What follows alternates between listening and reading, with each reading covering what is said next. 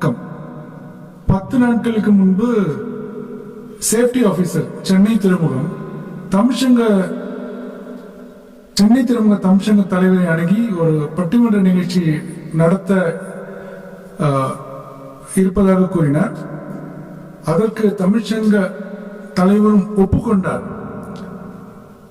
10 நாட்களில் தலைப்பை தேர்வு செய்து அனைத்து வசதிகளும் செய்து கொடுத்து பேச்சாளர்களை அமைத்து நடுவரை அமைத்து இந்த பட்டிமன்றம் சிறப்பாக நடந்துள்ளது. அப்பொழுது நாங்கள் முடிவெடுத்தது இதுதான்: நடத்தப்பட போகின்ற பட்டிமன்றம் தமிழிலேயே சிறந்த பட்டிமன்றமாக விளங்கக்கூடிய அளவில் இதை நடத்த வேண்டும் என்று நாங்கள் முடிவு செய்தோம். அதற்கான முயற்சிகளை மேற்கொண்டோம்.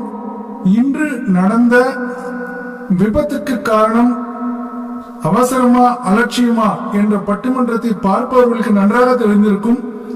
வளைகுடா போரில் நடக்கும் போருக்கு இணையாக இங்கு இரு அணித்தலைவர்களும் சொற்போரை நடத்தியுள்ளனர்.